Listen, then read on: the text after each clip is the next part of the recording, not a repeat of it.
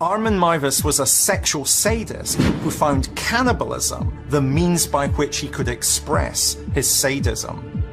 Of all the horrific killings I've come across, Meiwes is there right near the top of all the killers because he actually got someone to sacrifice themselves, someone to be slaughtered and eaten.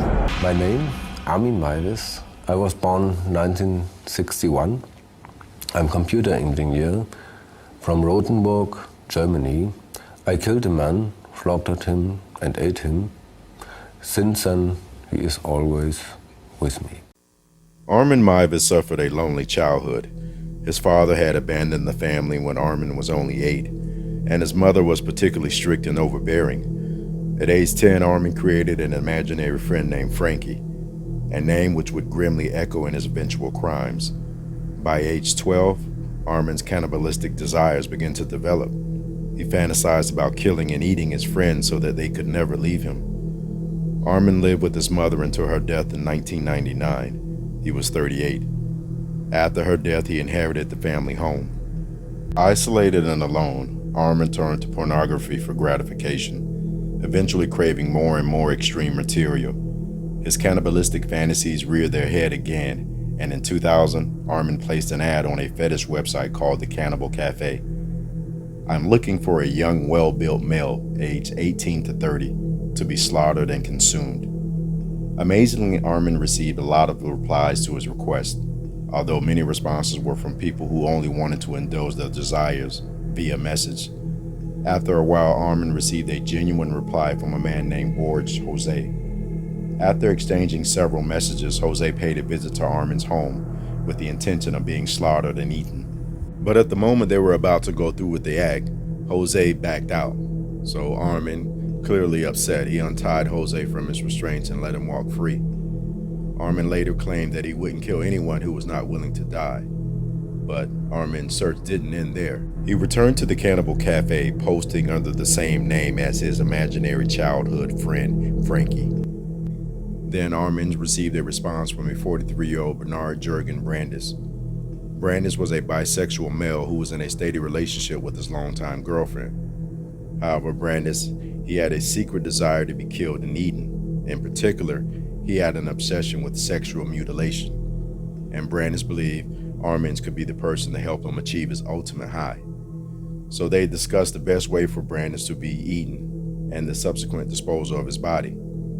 After a month of exchanging messages, Brandes traveled to Armin's home in March 9, 2001. Armin's home was chaotic, with most rooms cluttered with mess and mementos of his mother everywhere. Once inside, Armin took Brandes to his room. First they made love, then Armin showed Brandes his slaughter rooms.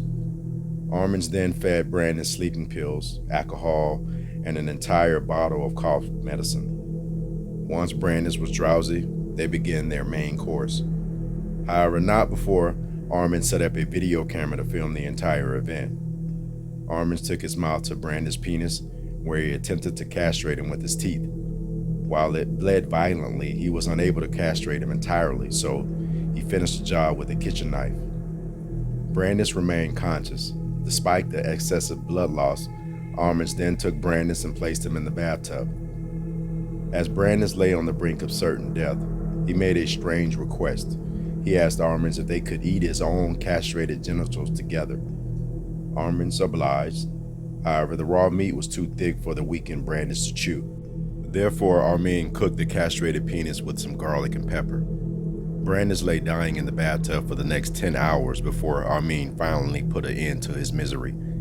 He stabbed Brandes in the neck, with Armin later claiming, "I waited horrified for the end after doing the deed. It took so terribly long." Once Brandes was dead, Armin's cannibalism fantasies became a reality. He hung Brandes' body on a meat hook in his slaughter room, then dissected his body into smaller chunks.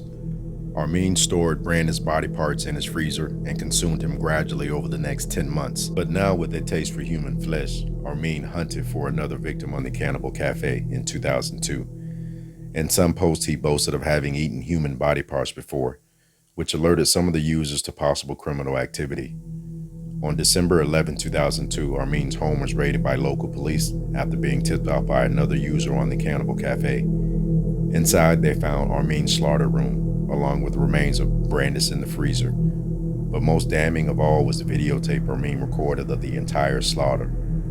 Police searched Armin's computer, finding his correspondence with Brandis and potential other victims over the years. Armin was arrested and eventually convicted of manslaughter.